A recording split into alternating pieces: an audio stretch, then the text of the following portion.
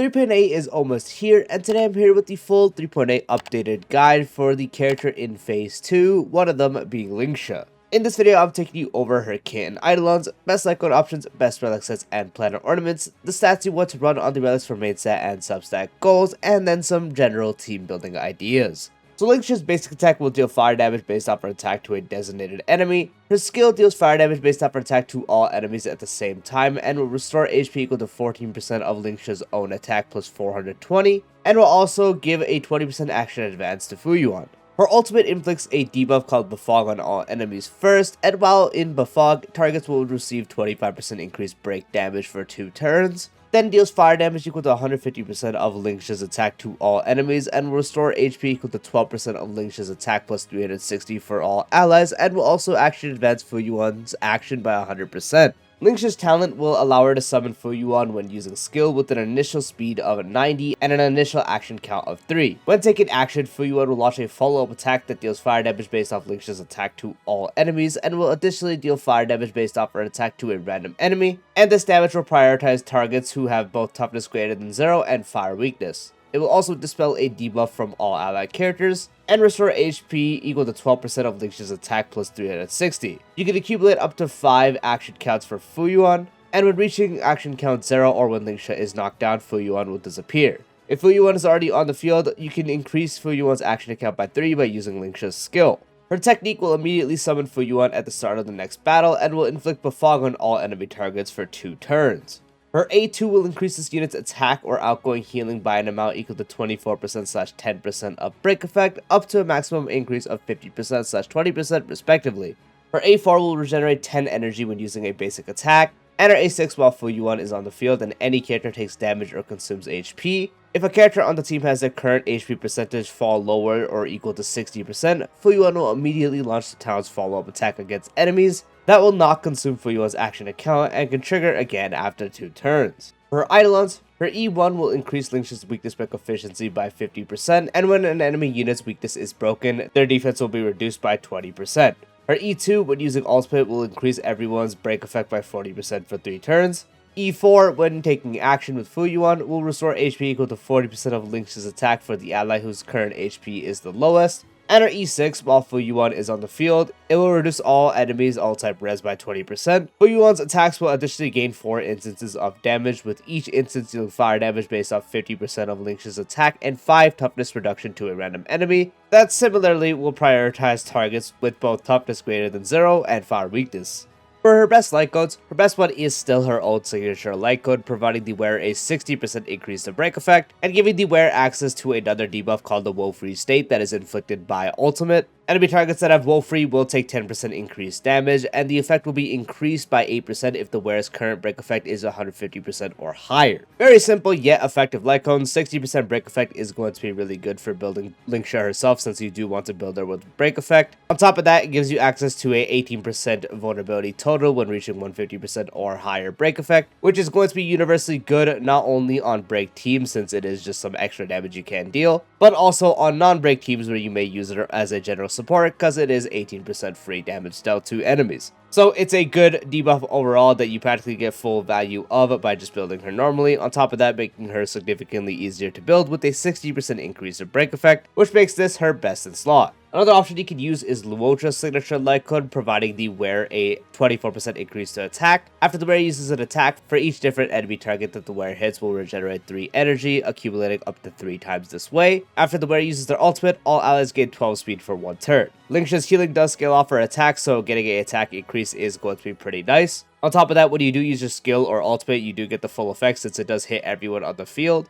Only time you wouldn't is when you are using your regular basic attack, which you can still generate up to 13 energy with this Lightcone with, since you get 10 from her A4 and now plus 3 by just hitting that one enemy. So you still can get extra energy by just hitting one enemy anyways. And on top of that, using her ultimate, which you are able to get pretty frequently, does give everyone 12 speed now. This can be good for hitting further thresholds on your teammates or just getting a lot more speed than you wouldn't usually have, which makes this Lightcone overall a good option to use. Another option you can use is Huohuo's signature Lightcone, providing the wearer a 12% increase to energy regen rate. When any ally uses their ultimate, the wearer restores HP for the ally currently with the lowest HP percentage by an amount equal to 10% of the healed ally's max HP. When the wearer provides healing for an ally, it increases the healed ally's attack by 2.4%, that stacks up to 5 times and lasts for 2 turns. You only really want to use this Lightcone when you are taking her on a team that benefits from attack percent, so not really break unless it's Firefly, where it kind of works since she can convert it. But teams on other break characters like Bootil or Rappa, it's relatively worthless for the buff. If you're using her alongside Caster / Evernight, obviously the attack is not going to do anything, so try to use it with a team that benefits from the attack buff, since that's a good part of this Lightcone. But outside of the attack buff, 12% energy regen for Lingsha is good for getting your ultimate quicker, and then with the HP restore from using ultimate with anyone on the team, you can kind of turn anyone into a emergency heal. Since now anytime anyone uses ultimate, they can restore some HP for the character that has the lowest HP currently. So it can actually significantly increase healing output done on the team, because now anytime you use your ultimate, they're going to provide healing for the character with the lowest current HP, which is why she is actually able to utilize this Lightcone pretty well. Another Lightcone you can use is the Quid Pro Quo Lightcone, which at the start of the wearer's turn will regenerate 8 energy for a randomly chosen ally, excluding the wearer who currently has lower than 50% energy. And at S5, it becomes 16 energy. Good free-to-play option at the sacrifice of any self-stats, such as more energy regen or especially break effect, and also no debuffs. You can generate energy for people on your team, which can allow people to accelerate their ultimate rotation. So if you have characters on the team that would benefit from the quicker energy, this does become a Lightcone option you can use. But do note, the energy is going to be useless for Firefly outside of ult if you are running her alongside Firefly. It's going to be useless for Castress or Cyrene if there are the teams for that as well. So definitely keep that in mind. Only really run this on a team that can benefit from the energy, where at least 2 other characters can benefit from the energy given. Shared Feeling is another option you can use, which increases the wearer's outgoing healing by 10%, and when using skill, regenerates 2 energy for all allies. And at S5, 20% outgoing healing with 4 energy when using skill. Depending on your team, you can spam skill on Lingsha. It really, again, depends on the team. Similarly, as I mentioned with Quid Pro Quo, be sure at least 2 other characters can benefit from this, otherwise it's not really worth it. And also the 20% outgoing healing is going to further amplify her healer role. And so the outgoing healing increase plus the extra energy you can get for everyone else, as long as you have 2 other characters benefiting from it, can be a really valuable option. Another option you can use is the post-op conversation, providing the wearer a 8% energy regen rate increase and increased outgoing healing when using their ultimate by 12%. And at S5, 60% energy regen rate and a 24% increase to outgoing healing. Once again, just like I mentioned with the other ones, energy regen increase is going to be good, and now you can get further outgoing healing when using your ultimate. Very simple to understand. This could also lower your needs of energy regen from something like a 5% energy Planar as well, to ensure you constantly do have the ultimate and the debuffs up on it, making it another option you can use. Another option you can use, mainly outside of break teams, is going to be the On to Tomorrow's Morrow Lightcone, providing a 12% outgoing healing increase, and when an allied target's current HP percentage is greater than or equal to 50%, increases damage dealt by 12%, and at S5, it's 24% outgoing healing increase and 20% damage dealt increase. I say outside of break because damage dealt for them and their super break is worthless entirely, so it's mainly for something you would use outside of those teams. So if you're using her as a general support, having people that can actually benefit from the damage dealt is going to be what you want to do. So on top of having a increased damage dealt buff for your team that can make them do more damage, you also get a 24% outgoing healing increase for Lingsha, which is of course just going to make her heal more, making it another option you can use.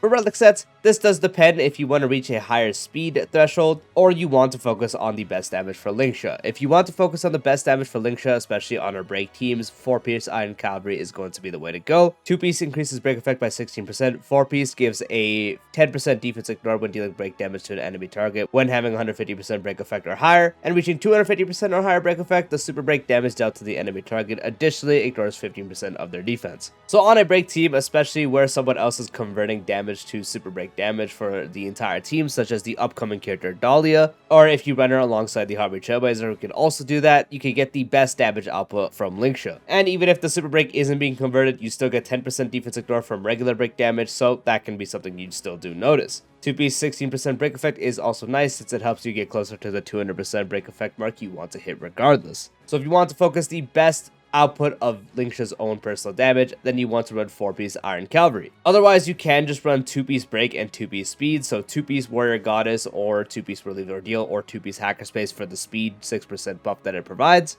and pair that alongside 2-piece Iron Cavalry, 2-piece Watchmaker, or 2-piece Thief for the 60% break effect it provides. You can also similarly just run 2-piece speed for a 12% speed increase, or you can also run 4-piece Warrior Goddess on a team that can actually benefit from the buff, as 2-piece is the 6% speed I was talking about, and the 4-piece, when the wearer or their memo spread provides healing to allied targets other than themselves, the wearer will gain Gentle Rain, which lasts for 2 turns and can trigger once per turn. While the wearer has Gentle Rain, speed increases by 6%, and all allies crit damage increases by 15% and cannot stack. So this would mainly be something you could run if you just want to maximize speed buffs, and mainly would be using outside of break teams again, since other teams would benefit from the crit, such as a caster's team or a general team with face shout, so on and so forth. So the 4-piece buff is good because once again it's giving 6% extra speed, making it practically the same as 2-piece speed but better, as it's also providing 15% crit damage for your team, so that can make them do more damage as well, which makes it a usable option. Another set is 4-piece Passerby set, providing 10% outgoing healing from the 2-piece, and the 4-piece will give a extra skill point when entering battle. This is only really if you do need that extra skill point, if you have a setup that may have too many skill point usages and you need everyone to use skill once. Maybe you need it for everyone having the energy to activate their ultimate right away and such, or you'll miss out on a really crucial buff if you don't, then you can run this 4-piece. It's not really super common, it's mainly going to be combining 2-piece of the outgoing healing and then combining that with 2-piece of any of the ones I mentioned, so speed or break effect. And then for Planar Ornaments, this does depend if you want to focus on her damage a bit and also her break effect stats. If you're running her alongside Firefly, or especially the upcoming character the Dahlia, you want to run Forge set regardless of any other option, providing 6% speed and 40% break effect when dealing damage to an enemy that has fire weakness for a turn. The Dahlia is always going to be able to implant fire weakness thanks to how she works, and Firefly was always able to do that, which would make you permanently be able to have the extra 40% break effect, plus always having the 6% speed. So for her performance and building her, this was overall the best, and especially for her damage. Now, if you're running her outside of the break team, so you're not running her with the Dahlia, you're not running her with Firefly, but you still do want the extra break effect, you can instead run Talia, which provides 60% break effect, and 145 speed or higher will increase the break effect by an additional 20%, giving you up to a 36% increase to break effect. So it is inferior to Forge because it doesn't provide 6% speed and also 4% less break effect, but it is not restricted on the fire weakness. So Forge anytime applicable, so with Dahlia, with Firefly, or in a battle with fire weakness will always outperform it, but if you want it for simplicity's sake and also her as a general support, you can just run this. Alternatively, if you don't really care about the break effect increasing ones and you don't care about her damage more, you can just slap on one of the supportive sets on her. Lushaka provides 5% energy regen rate and also 12% attack for the character position first in the team lineup, so just be sure you're running her alongside the hyper carry that will benefit from the attack buff. I don't really want to mention Penacony because there's not really a fire DPS as of now that would benefit from the extra 10% damage that you can give, since the only other fire DPS would be Firefly, and in that team you wouldn't want to run this. You can also run Keel for 10% crit damage for your team when having 30% or higher effect res, and also 10% effect res for the wearer. So if they are a crit DPS, they will benefit from that. And you can also use Fleet of the Ageless for 12% max HP, which will increase their healing since it scales off attack, but it is good for survivability, and 120 speed or higher will give everyone 8% attack. Once again, if they benefit from attack, this would be good. For the main stats on the relics, for the body, you want to run outgoing healing. For the feet, you want speed. For the orb, you want attack percent. And from the link rope, it does depend if you are running a Lightcone such as an S5 post-op conversation, and you're also maybe having an ornament that's providing 5% energy regen rate. In that case, you would have enough to actually run a break effect rope, but if you're running something like her signature or anything that doesn't provide energy regen, in that case, run energy regen. For the substats, first, prioritize speed, just get as much as you can. Ideally, reaching hyperspeed in battle is going to be your goal, but you can also account for any other buffs, such as having Rodmay on the team, which provides everyone 10% speed. Ideally, your goal is still to just get 160 or higher in battle. The minimum goal is having 151, and anything higher than that is preferred and ideal. Past that would be break effect. You want to get at least 200% in battle in order to fully max out her trace, where she does give herself attack and outgoing healing. So 200% break effect is going to be your goal, and if you are running 4-piece Iron Cavalry, of course 250% would be your goal in that case. Past that is just attack rolls, so getting around 2300 attack or higher would be ideal. And then for team building ideas, it's really easy for her since she is a sustain, and you can really use her anywhere where you do need a strong sustain. Lingsha does excel in break teams, but she can be used elsewhere.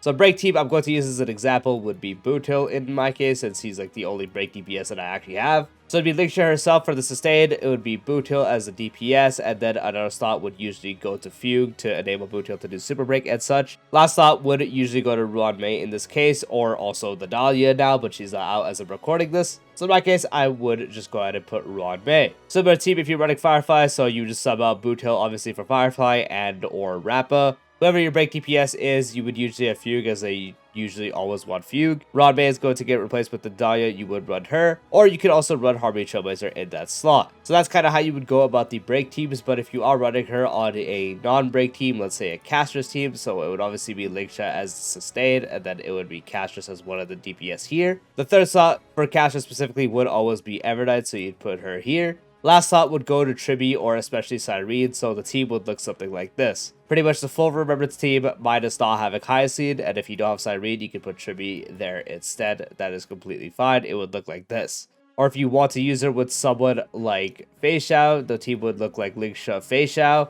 Third slot would go to the other follow-up characters, so Topaz or especially Cypher nowadays, so the team would look like something like this, and the last slot would go to Robin as per usual. And hey, if you're able to squeeze in a buffer that is an AoE buffer like Robin on this team to make Lingsha do more damage and have better stats on her, that's going to be pretty good as well. And that does wrap up the full updated guide for Lingsha. I do hope you found this video helpful. If you did, dropping a like would be greatly appreciated. If you're new to the channel or haven't done so already, be sure to subscribe to the bell for future videos like this along with all other types of style content. Check the description to join the Discord server and check out my Organized channel, and I'll see you later. Peace out.